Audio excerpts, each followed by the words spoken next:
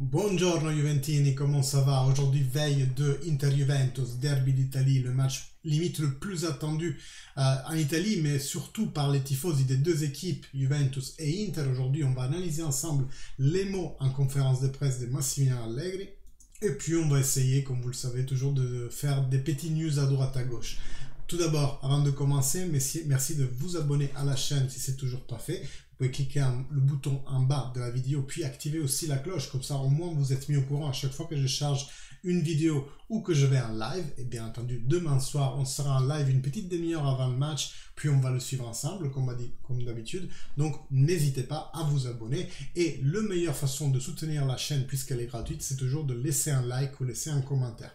Alors, avant de commencer, deux petites parenthèses. Massimiliano Allegri était très énervé à la fin du match contre le Freiburg. À son sens, la deuxième mi-temps n'a pas été à la hauteur. On le comprend bien parce que comme on dit, comme on a dit hier ou même en post-match, on était 10 contre 11. C'était vraiment bizarre de voir la Juventus non assez impactante au final dans un deuxième mi-temps qu'ils auraient dû plutôt non seulement gérer mais aussi, j'ai envie de dire, dominer. Le but n'est arrivé qu'à la fin, mais voilà, en somme, c'est arrivé et quelques jours après, même 3 jours après, il y avait l'Inter. On comprend donc la possibilité aussi de se reposer dans un deuxième mi-temps et on a vu vraiment des joueurs qui ont été en dessous de leur performance. Je pense à Kostic, je pense à Danilo, surtout dans la deuxième mi-temps.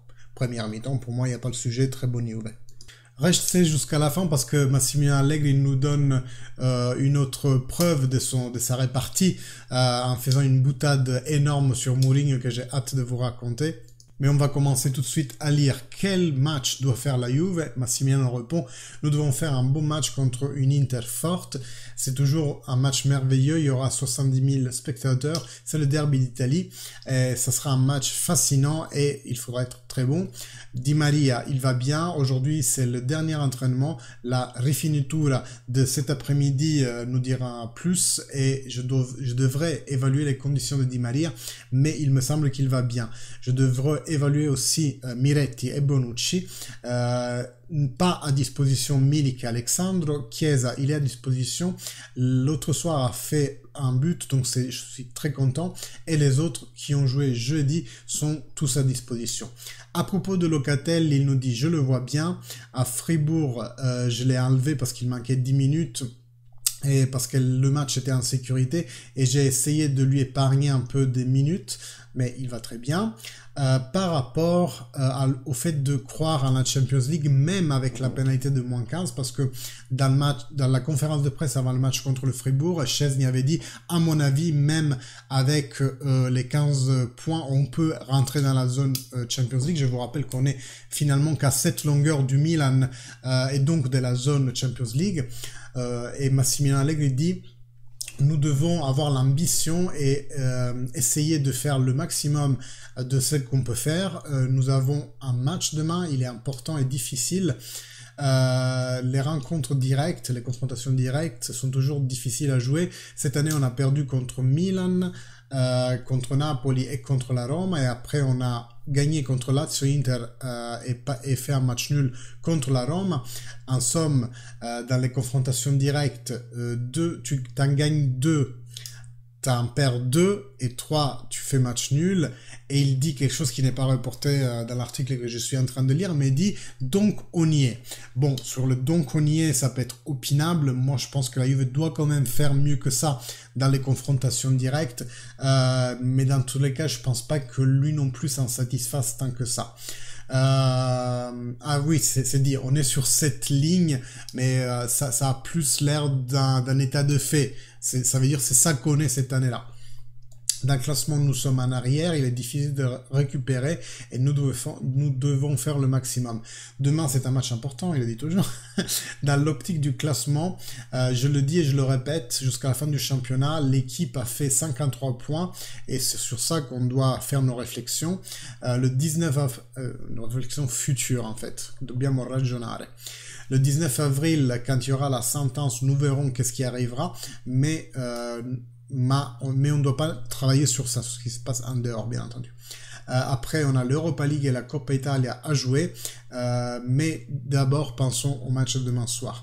Il faut récupérer un peu d'énergie et après, pas après pas, avec calme, faire des beaux matchs en avril. Et ça sera un mois beau et enthousiasmant à vivre. Je vous rappelle que hier, je vous ai fait une vidéo et je vous la mets ici dans la description.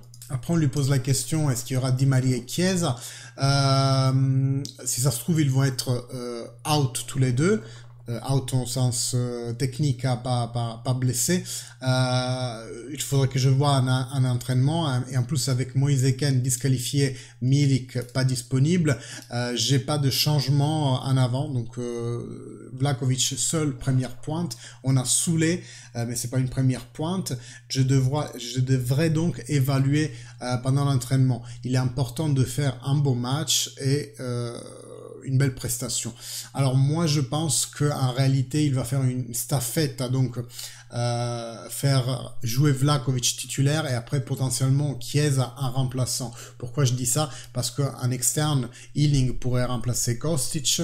Je pense que De Sciglio va jouer, surtout parce que Gatti va jouer en défense, et donc vu qu'on aurait une défense à ce moment-là, Danilo, Bremer, Gatti, il pourrait se faire que De Sciglio, il descende de 5e de milieu de terrain jusqu'à la défense pour faire une défense à 4. Donc ça nous laisse un peu plus de flexibilité si on est en difficulté avec l'attaque de l'Inter.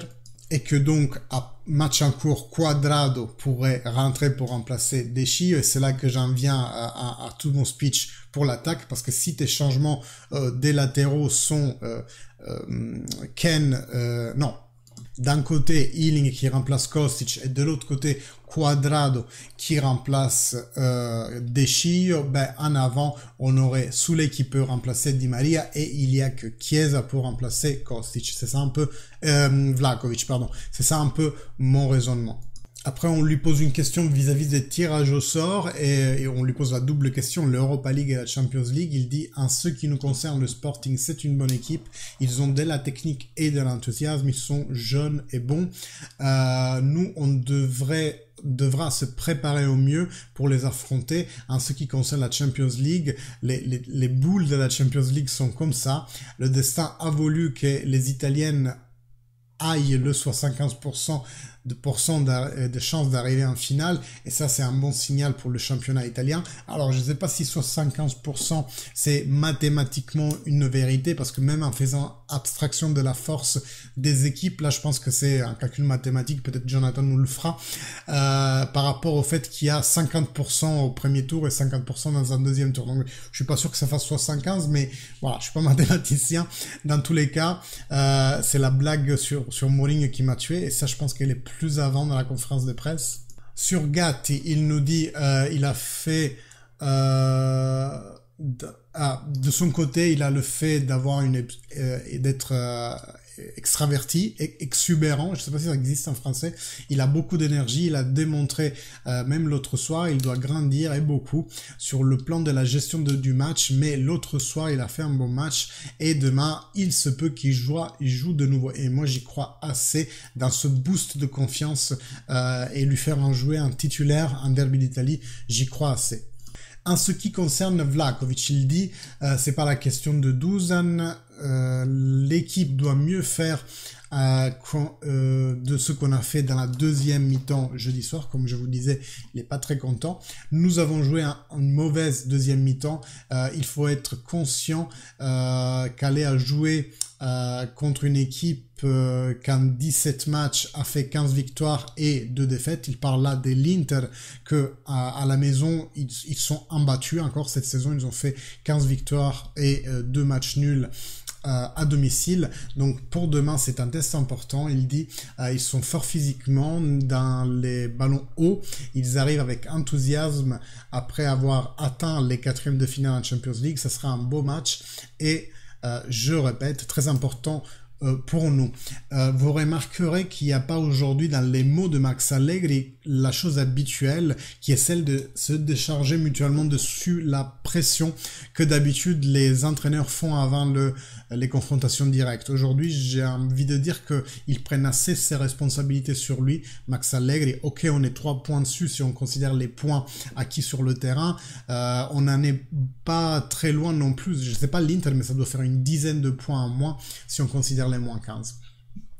Les défauts de la Juve, nous pouvons et nous devons améliorer dans ces phases du match, et il parle des phases, ils reprennent la question du journaliste, les phases où les défauts sont plus visibles. On doit les améliorer, ces moments-là.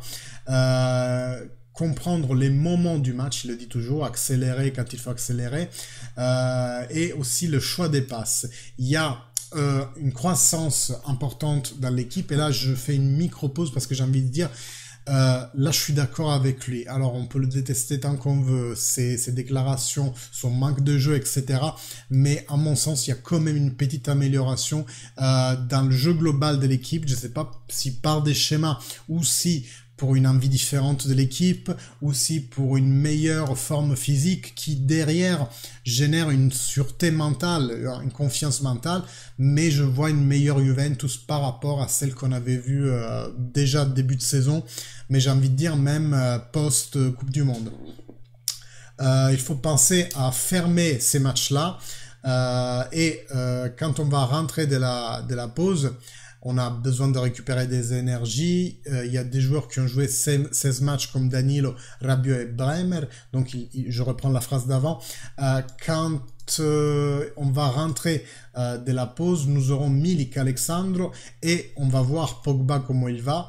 Chiesa aura eu des améliorations dans sa condition, et Bonucci pourra reprendre à plein régime. Nous aurons des joueurs dans la seconde partie des saisons, dans le mois d'avril, et ça sera important de tous les avoir, surtout ceux qui me donnent la possibilité, vu qu'on va jouer chaque 3 jours, de pouvoir les tourner, les faire tourner, et ça sera très important. Mais nous faisons un pas à la fois, comme d'habitude. Maintenant, la phrase de Mourinho, on lui demande, parce que Mourinho, je ne sais pas si vous avez suivi, a dit juste après les tirages au sort, comme quoi, qu'est-ce qu'il a dit lui? Ah oui, les équipes qui sont sorties de la Champions League, pour moi, ne devraient même pas participer à l'Europa League, ils devraient rentrer. Alors, c'est une attaque hyper gratuite à la Juventus, mais je vois comment marchent les engrenages de Mourinho. Lui, il fait référence surtout au fait qu'on pourrait éventuellement rencontrer la Rome en finale, et donc, à mon avis, déjà, il prépare le terrain à partir de là. Et c'est un stratège de la communication, le mot, on le connaît. Et donc, à mon avis, c'est une boutade, mais vraiment géniale. C'est encore un coup de génie d'Allegri. Je le répète souvent, on peut lui dire ce qu'on veut, côté tactique ou côté machin. Oui, on lui demande d'être entraîneur et non pas comique. Oui, tout ce que vous voulez. Mais je suis désolé de répondre à un journaliste par rapport à la phrase de Mourinho, lui répondre... ça, c'est un format UEFA, c'est la UEFA qui décide ça, en somme. Donc, Mourinho, peut-être qu'il voulait mal parler de la UEFA. Là, c'est du coup de génie, parce que du fait, il tourne une considération, une pique de Mourinho qui était clairement visée vers la Juventus, ben, il la retourne contre son adversaire en disant, ben, en fait, il parle mal de la UEFA s'il dit ça. Et donc, il se met Mourinho de son côté contre le UEFA, et en changeant le sens du mot, des paroles de Mourinho. Donc je trouve ça vraiment génial. De toute façon, avec lui, il y a des gens qui le font en continu, de lui mettre dans la bouche des mots qu'il n'a pas dit, juste pour le faire passer pour gogol et pour pouvoir continuer à le détester, à l'aigré out, etc. Mais donc là, il utilise cette arme, et je trouve ça vraiment très bonne réponse de la part d'Allegri. Presque au niveau de celle de la cravate du Napoli qu'on avait commenté il y a quelques semaines. Ensuite, on lui pose une question directe, Pogba. Ça fait 8 mois qu'on fait les mêmes questions, et il y a toujours le même refrain. Quand il va bien, comme il est arrivé contre le Turin, et il semblait que tout pouvait aller bien, il sera à disposition. Difficilement, dans l'immédiat du poste national, il sera à disposition, il faudra un peu plus de temps. Donc, à mon avis, il veut vraiment pas se mouiller dans l'histoire Pogba. Je pense qu'il est le premier saoulé, non, le deuxième, parce que le premier, du coup, ça doit être Pogba, et du coup, bah, il veut plus rien dire. Je trouve ça logique. Alors bon, espérons que là, ça soit juste des mots jetés en l'air comme ça, parce que si vraiment il rentre pas juste après la pause nationale, même pour 10 minutes, voilà quoi. Bon, question finale, on lui dit, vous et Inzaghi, vous êtes tous les deux souvent critiqués, et là, le journaliste, il rajoute, même Inzaghi plus que vous. Je sais pas, parce que oui, certes, maintenant, Inzaghi a un peu remis un doute sur le banc de l'Inter vis-à-vis de certaines des dernières prestations qui n'étaient pas géniales, mais pour moi, Allegri est clairement, mais 10 000 fois plus la cible des attaques, même de ses propres tifosi, que Inzaghi ne le sera jamais. Donc, je suis pas d'accord avec le journaliste. Mais bon, il dit, vous recevez des critiques avec Allegri et Inzaghi, et là, il dit une chose assez importante, même si assez j'ai envie de dire, institutionnel. On n'attend pas une autre réponse d'un entraîneur de Serie A. Il dit ceux qui ont raison, c'est ceux qui gagnent. C'est à la fin de l'année qu'on peut tirer les sommes, dit-il, et il faudra faire une analyse sur ce qui est bien passé et ce qui s'est pas bien passé. C'est inutile que je le dise. Cette année, on a... cette année, per tanto tempo abbiamo avuto... Ah oui, ça sert à rien que je prenne tous les blessures qu'on a eu cette année comme alibi. L'aspect positif, c'est qu'il y a 5 jeunes qui ont fait beaucoup d'expérience à la Juventus cette année. Bon, après les mauvaises langues, ils vont dire « Ouais, parce qu'il n'avait pas le choix, patati patata », mais bon, les faits disent qu'il y a 5 jeunes du vivier qui maintenant sont stablement en première équipe et jouent, j'ai envie de dire, assez stablement. La saison n'est pas encore finie. En ce moment, tout est beau et après, ça se trouve, dans 20 jours, ça sera l'opposé parce que le classement aura été à nouveau renversé. Je parle en général, non pas seulement de la Juve. Si ça se trouve, là, tu es convaincu d'être dans les 4 premiers et après, tu restes en dehors. Et donc, on dira que ta saison a été mauvaise. Jusqu'à la fin de l'année, on peut pas dire si une saison a été bonne ou moins bonne. L'objectif d'une équipe, dans ce cas, la Juventus, c'est celui d'arriver à se jouer toutes les possibilités d'arriver en finale de Coupe d'Italie et d'Europa League et rester dans les 4 premiers. Je fais une petite parenthèse, en fait là, il prend vraiment le large avec ses objectifs. Encore une fois, pas envie de se mouiller. Je sais pas si c'est exactement ça, ce que nous les tifosi on veut entendre, mais aussi le vestiaire a envie d'entendre, parce que moi je me contenterai pas juste de arriver en finale de Coppa Italia ou Europa League pour après, encore une fois, ne pas gagner une finale. Ça serait vraiment encore trop dur pour nos petits cœurs juventini, mais je pense qu'encore une fois, il n'a pas envie de se mouiller. Après, à tort ou à raison, je suis personne pour le dire. Nous devons défendre la seconde place parce que nous avons 53 points, qui sont 3 plus de l'Inter, 5 plus que le Milan, 4 plus que la Lazio, et là il était très lent quand il disait ça. Moi je speed parce que j'en suis déjà à 17 minutes de vidéo, mais lui vraiment il a marqué chaque arrêt, chaque temps de pause pour dire ça c'est l'effet. 3 Inter, 5 Milan, 4 Lazio, 6 Rome, et ce qui arrivera en dehors de la pelouse, nous ne devons pas l'évaluer, nous devons évaluer ce qu'on fait dedans. Momentanément, nous avons fait 53 points, il répète, pas super. Si à la fin, l'équipe, exception faite pour les pénalisations, sera restée 6e ou 5e en classement, ça voudra dire que la saison ne sera pas bien passée. Et en ce moment, nous devons défendre la deuxième place, qui est celle acquise sur le temps. Tout le reste ne compte pas. Ça peut plaire ou pas plaire. Et j'ai envie de prendre cette dernière place, ça peut plaire ou pas plaire, et de la retourner à tout le monde derrière, que ce soit les anti-Juventini, mais aussi les Juventini beaucoup plus réticents à accepter cette situation. Les gars, ça peut plaire ou pas plaire. La Juventus a fait 53 points dans cette Serie A, plus de Inter, Milan, Roma, Lazio. Il n'y a que les Napoli qui est en train de faire une saison exceptionnelle, qui est au-dessus de la Juventus. Je ne dis pas que cette Juventus mériterait le campionato, parce que ça serait absurde de ma part de dire ça. On a perdu 6 points vraiment de façon bête contre le Monza. On aurait pu beaucoup mieux faire dans certains endroits de la saison. Je pense à la défaite contre la Rome, mais aussi le match nul contre l'Atalante. On aurait pu faire un chouïa plus. Et voilà, on en serait sûrement pas là en ce moment, mais après ne venez pas me dire que même si on avait fait ce point là, on serait à la hauteur du Napoli, ni en termes de jeu. De jeu on est à des années-lumière, mais surtout au niveau de la confiance. Pour moi ça fait beaucoup ça. Le Napoli a une forme physique ahurissante. Je ne sais pas si vous avez récemment vu des matchs du Napoli.